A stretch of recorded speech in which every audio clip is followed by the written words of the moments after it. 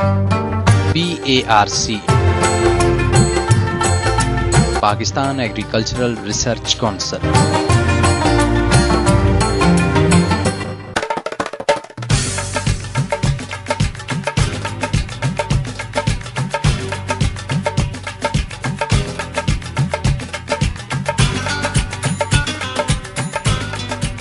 بسم اللہ الرحمن الرحیم. السلام علیکم معزز سامعین. پاکستان ایگریکلچرل ریسرچ کونسل کا اسلام آباد اسٹوڈیوز اور دوشی ہوا پہ یہ آواز آپ کے میزبان مسعود ملی کی. تمام پرشوق سماعتوں کو میری جانب سے بڑا مؤدبانہ سلام اور تمام سننے والوں کو پروگرام میں خوش آمدید. اور جناب آج ہم پروگرام میں آپ کے لیے ایک تعارف لے کے آئے ہیں، وہ ہے مکسبانی کا. دیہی سطح پر جدید مکسبانی کا فروغ، اس حوالے سے بات چیت کے لیے ہم نے اپنے اسٹوڈیوز میں دعوت دی ہے آپ کے ہر دل عزیز سائنسدان اور بہت شفیق شخصیت جناب ڈاکٹر اشرف صاحبزادہ کو. السلام علیکم سر اینڈ خوش آمدید. وعلیکم السلام ملی صاحب.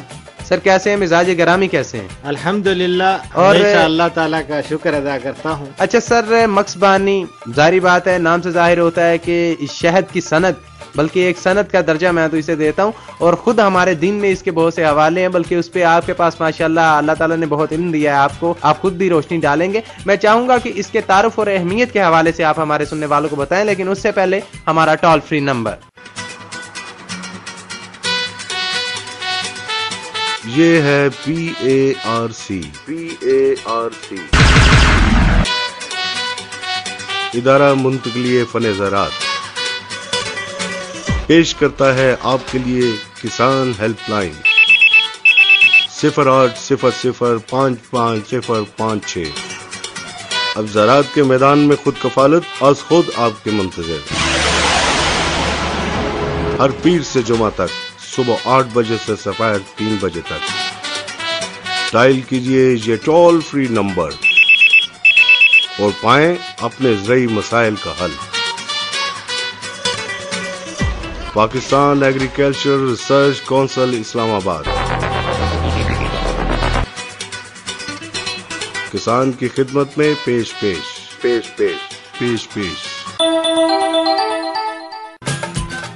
جی ڈاکٹر صاحب، واپس آتے ہیں پروگرام میں، اور بات میں کر رہا تھا مکسبانی کے تعارف اور اہمیت کے حوالے سے. اس بارے میں آپ کیا کہتے ہیں؟ ملی صاحب، اللہ تعالیٰ نے قرآن پاک میں شہد کی مکھیوں کو نحل کے نام سے پکارا ہے. نحل کہتے ہیں عربی میں شہد کی مکھی کو، ٹھیک ہے، اور اصل کہتے ہیں شہد کو. صحیح. اور نحل اسی نام سے سورہ نحل کا نزول ہوا. واہ واہ واہ. لہذا شہد کی مکھی ایک قرآنی علامت ہے. واہ واہ. ملی صاحب، قرآن پاک کے پارہ 14 میں اللہ تعالیٰ نے ایک جگہ فرمایا، اس کا میں ترجمہ بتاتا ہوں. جی کہ اور تمہارے پروردگار نے شہد کی مکھیوں کو کہا، پہاڑوں میں، درختوں میں اور اونچی اونچی چھتریوں میں جو لوگ بناتے ہیں گھر بنا کر، اور ہر قسم کے میوے کھا اور اپنے پروردگار کے صاف رستوں پر چل.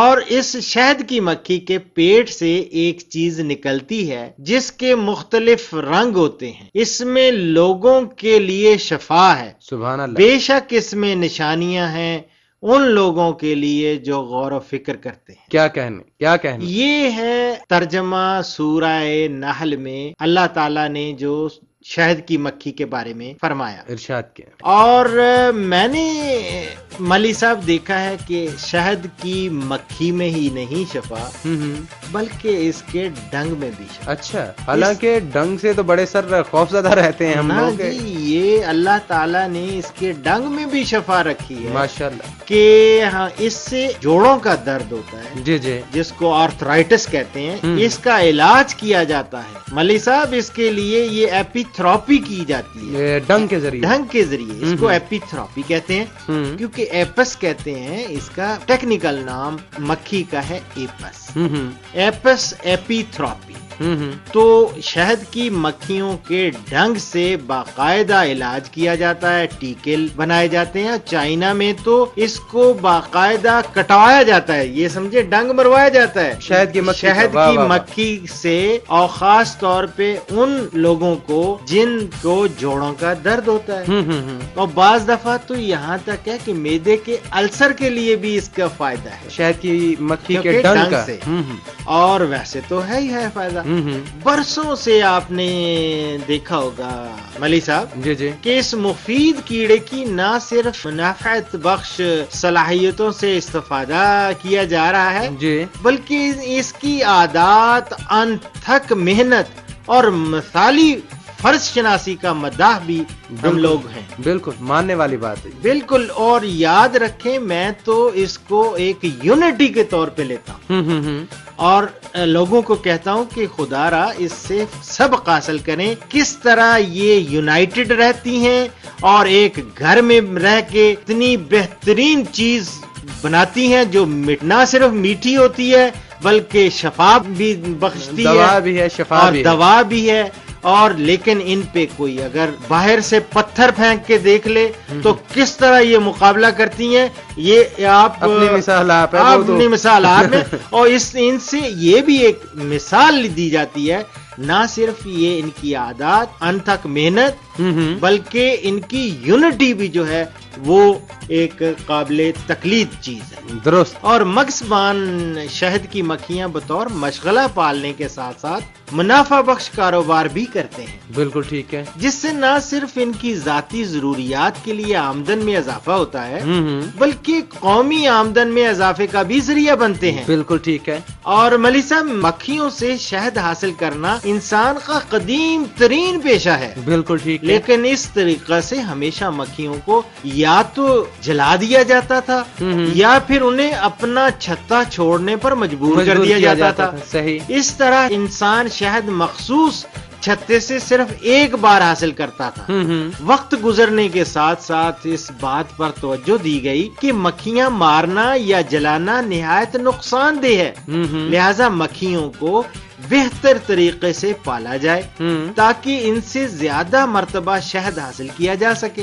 इस तरह अमेरिका के एक मक्सबान और राहब ने 1810 में जदीद मक्सबानी की बुनियाद रखी। 1810 में? जी, ये 1810 में एक मक्सबान था अमेरिका का, उसने दोबारा राहब ने 1810 में ये इसकी बुनियाद रखी जदीद मक्सबानी की। सही। और जहां तक जदीद मक्सबानी की अहमियत का ताल्लुक है, इसको अगर अजाफी आमदनी और कुदरती वसाइल के बेहतर इस्तेमाल के हवाले से देखा जाए तो ये बहुत अहम है।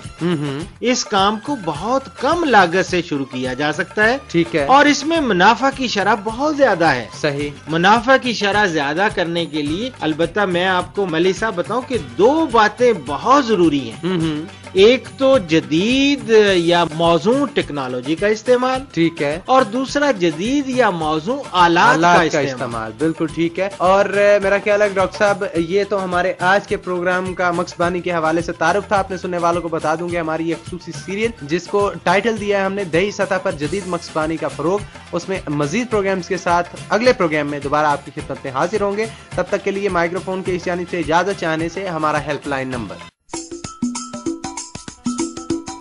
इदारा मुंतकिली फने ज़राअत पेश करता है किसान हेल्पलाइन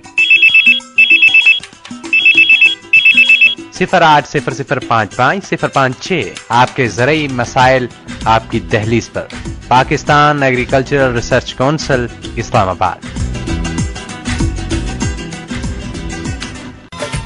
जी, हमारा हेल्पलाइन नंबर आपने सुना। सुबह 8 से दोपहर 3 बजे तक, हर पीर से जुमे तक इस टोल फ्री नंबर पर आपके ज़रूरी मसाइल के हल मौजूद हैं। ये नंबर डायल कीजिए और अपने ज़रूरी मसाइल का हल पाइए। डॉक्टर साहब बहुत शुक्रिया।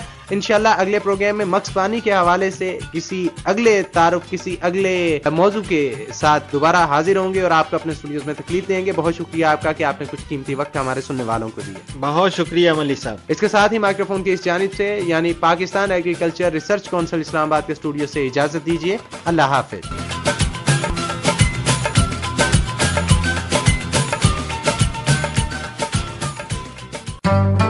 PARC Pakistan agricultural research council.